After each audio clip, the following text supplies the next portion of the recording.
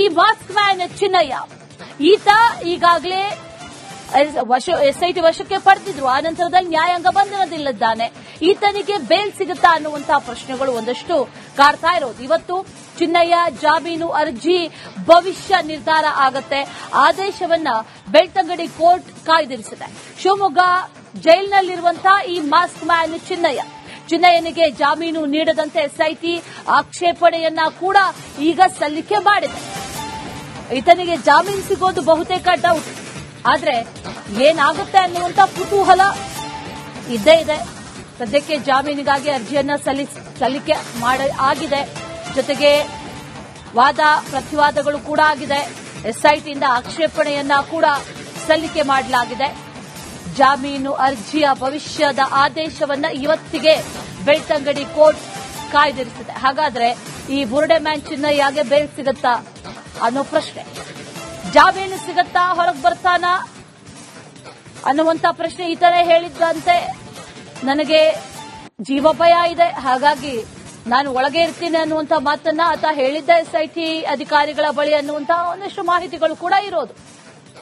ಆ ನಿಟ್ಟಿನಲ್ಲಿ ಅದೆಲ್ಲವನ್ನು ಕೂಡ ಗಮನಿಸಿದ್ರೆ ಜೊತೆಯಲ್ಲಿ ತನಿಖೆ ಕೂಡ ಇನ್ನೂ ಕೂಡ ಆರಂಭಿಕ ಹಂತದಲ್ಲೇ ಇರೋದ್ರಿಂದ ಕ್ಲೈಮ್ಯಾಕ್ಸ್ ಹಂತಕ್ಕೆ ಬಂದಿದೆ ಅನ್ನೋದನ್ನ ಹೇಳೋದಕ್ಕಾಗಲ್ಲ.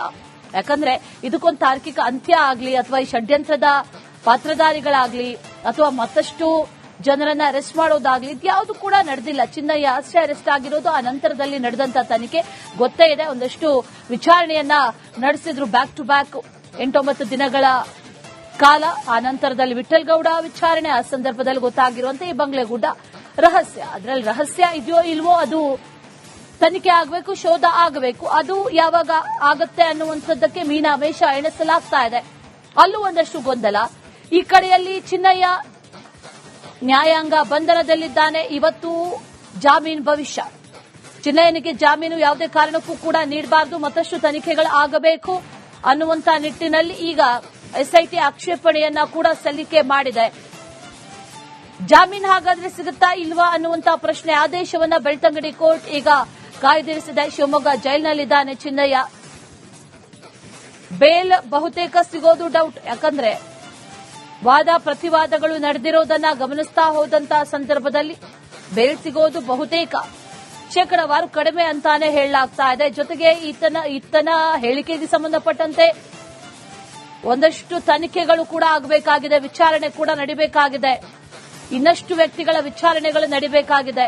ಈ ಪ್ರಕರಣಕ್ಕೆ ಸಂಬಂಧಪಟ್ಟಂತೆ ಈತ ಕೊಟ್ಟಿರುವಂತಹ ಸ್ಟೇಟ್ಮೆಂಟ್ ಈಗಾಗಲೇ ರೆಕಾರ್ಡ್ ಆಗಿದೆ.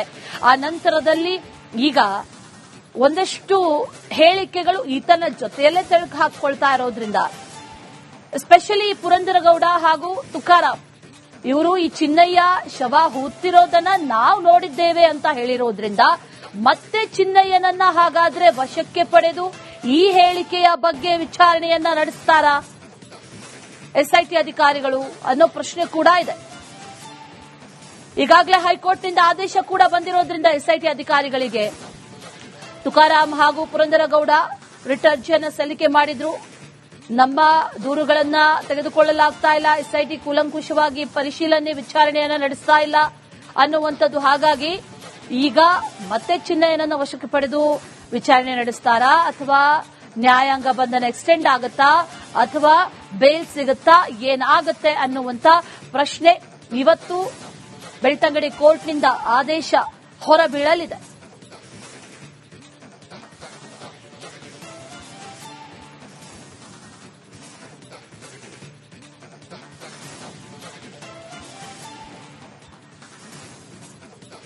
ಇದೇ ವಿಚಾರಕ್ಕೆ ಸಂಬಂಧಪಟ್ಟಂತೆ ಇನ್ನು ಮತ್ತೊಂದು ಕಡೆಯಲ್ಲಿ ಈ ಮಾಸ್ಕ್ ಮ್ಯಾನ್ ಚಿನ್ನಯ್ಯ ಈತ ಈಗಾಗಲೇ ಎಸ್ಐಟಿ ವಶಕ್ಕೆ ಪಡೆದಿದ್ರು. ಆ ನಂತರದಲ್ಲಿ ನ್ಯಾಯಾಂಗ ಬಂಧನದಲ್ಲಿದ್ದಾನೆ. ಈತನಿಗೆ ಬೇಲ್ ಸಿಗುತ್ತಾ ಅನ್ನುವಂತಹ ಪ್ರಶ್ನೆಗಳು ಒಂದಷ್ಟು ಕಾಡ್ತಾ ಇರೋದು. ಇವತ್ತು ಚಿನ್ನಯ್ಯ ಜಾಮೀನು ಅರ್ಜಿ ಭವಿಷ್ಯ ನಿರ್ಧಾರ ಆಗತ್ತೆ.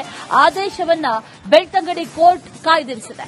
ಶಿವಮೊಗ್ಗ ಜೈಲಿನಲ್ಲಿರುವಂತಹ ಈ ಮಾಸ್ಕ್ ಮ್ಯಾನ್ ಚಿನ್ನಯ್ಯನಿಗೆ ಜಾಮೀನು ನೀಡದಂತೆ ಎಸ್ಐಟಿ ಆಕ್ಷೇಪಣೆಯನ್ನ ಕೂಡ ಈಗ ಸಲ್ಲಿಕೆ ಮಾಡಿದೆ. ಈತನಿಗೆ ಜಾಮೀನು ಸಿಗೋದು ಬಹುತೇಕ ಡೌಟ್.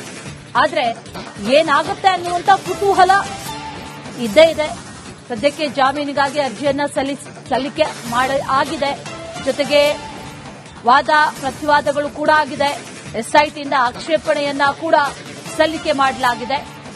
ಜಾಮೀನು ಅರ್ಜಿಯ ಭವಿಷ್ಯದ ಆದೇಶವನ್ನ ಇವತ್ತಿಗೆ ಬೆಳ್ತಂಗಡಿ ಕೋರ್ಟ್ ಕಾಯ್ದಿರಿಸಿದೆ. ಹಾಗಾದ್ರೆ ಈ ಬುರುಡೆ ಮ್ಯಾನ್ ಚಿನ್ನಯ್ಯಗೆ ಬೇಲ್ ಸಿಗತ್ತಾ ಅನ್ನೋ ಪ್ರಶ್ನೆ, ಜಾಮೀನು ಸಿಗತ್ತಾ, ಹೊರಗೆ ಬರ್ತಾನ ಅನ್ನುವಂತ ಪ್ರಶ್ನೆ. ಈತನೇ ಹೇಳಿದ್ದಂತೆ, ನನಗೆ ಜೀವ ಭಯ ಇದೆ, ಹಾಗಾಗಿ ನಾನು ಒಳಗೆ ಇರ್ತೀನಿ ಅನ್ನುವಂತ ಮಾತನ್ನ ಆತ ಹೇಳಿದ್ದ ಎಸ್ಐಟಿ ಅಧಿಕಾರಿಗಳ ಬಳಿ ಅನ್ನುವಂತ ಒಂದಷ್ಟು ಮಾಹಿತಿಗಳು ಕೂಡ ಇರೋದು. ಆ ನಿಟ್ಟಿನಲ್ಲಿ ಅದೆಲ್ಲವನ್ನು ಕೂಡ ಗಮನಿಸಿದ್ರೆ, ಜೊತೆಯಲ್ಲಿ ತನಿಖೆ ಕೂಡ ಇನ್ನೂ ಕೂಡ ಆರಂಭಿಕ ಹಂತದಲ್ಲೇ ಇರೋದ್ರಿಂದ ಕ್ಲೈಮ್ಯಾಕ್ಸ್ ಹಂತಕ್ಕೆ ಬಂದಿದೆ ಅನ್ನೋದನ್ನ ಹೇಳೋದಕ್ಕಾಗಲ್ಲ. ಯಾಕಂದ್ರೆ ಇದಕ್ಕೊಂದು ತಾರ್ಕಿಕ ಅಂತ್ಯ ಆಗ್ಲಿ, ಅಥವಾ ಈ ಷಡ್ಯಂತ್ರದ ಪಾತ್ರಧಾರಿಗಳಾಗ್ಲಿ, ಅಥವಾ ಮತ್ತಷ್ಟು ಜನರನ್ನ ಅರೆಸ್ಟ್ ಮಾಡೋದಾಗ್ಲಿ, ಇದ್ಯಾವುದು ಕೂಡ ನಡೆದಿಲ್ಲ. ಚಿನ್ನಯ್ಯ ಅಷ್ಟೇ ಅರೆಸ್ಟ್ ಆಗಿರೋದು. ಆ ನಂತರದಲ್ಲಿ ನಡೆದಂತ ತನಿಖೆ ಗೊತ್ತೇ ಇದೆ. ಒಂದಷ್ಟು ವಿಚಾರಣೆಯನ್ನ ನಡೆಸಿದ್ರು, ಬ್ಯಾಕ್ ಟು ಬ್ಯಾಕ್ 8-9 ದಿನಗಳ ಕಾಲ. ಆ ನಂತರದಲ್ಲಿ ವಿಠಲ್ಗೌಡ ವಿಚಾರಣೆ. ಆ ಸಂದರ್ಭದಲ್ಲಿ ಗೊತ್ತಾಗಿರುವಂತೆ ಈ ಬಂಗ್ಲೆಗುಡ್ಡ ರಹಸ್ಯ, ಅದರಲ್ಲಿ ರಹಸ್ಯ ಇದೆಯೋ ಇಲ್ವೋ ಅದು ತನಿಖೆ ಆಗಬೇಕು, ಶೋಧ ಆಗಬೇಕು. ಅದು ಯಾವಾಗ ಆಗತ್ತೆ ಅನ್ನುವಂಥದ್ದಕ್ಕೆ ಮೀನಾಮೇಷ ಎಣಿಸಲಾಗ್ತಾ ಇದೆ. ಅಲ್ಲೂ ಒಂದಷ್ಟು ಗೊಂದಲ. ಈ ಕಡೆಯಲ್ಲಿ ಚಿನ್ನಯ್ಯ ನ್ಯಾಯಾಂಗ ಬಂಧನದಲ್ಲಿದ್ದಾನೆ. ಇವತ್ತು ಜಾಮೀನು ಭವಿಷ್ಯ.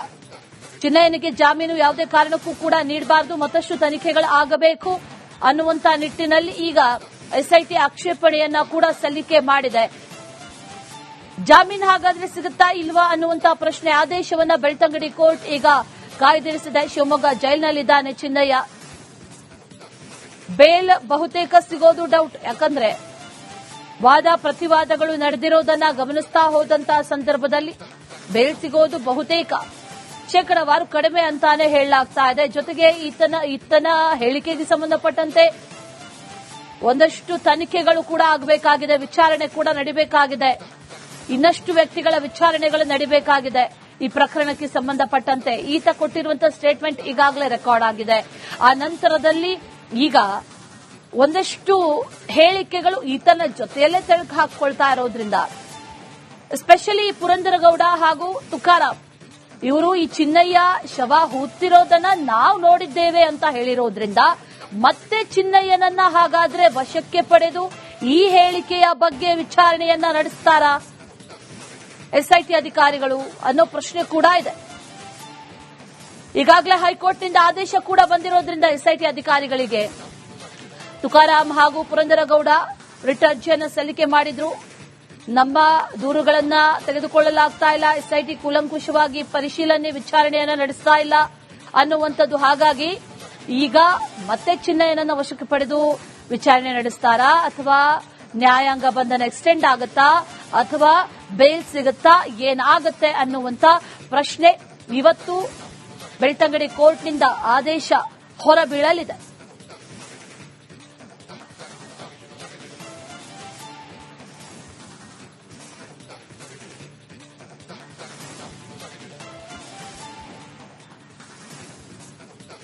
ಇದೇ ವಿಚಾರಕ್ಕೆ ಸಂಬಂಧಪಟ್ಟಂತೆ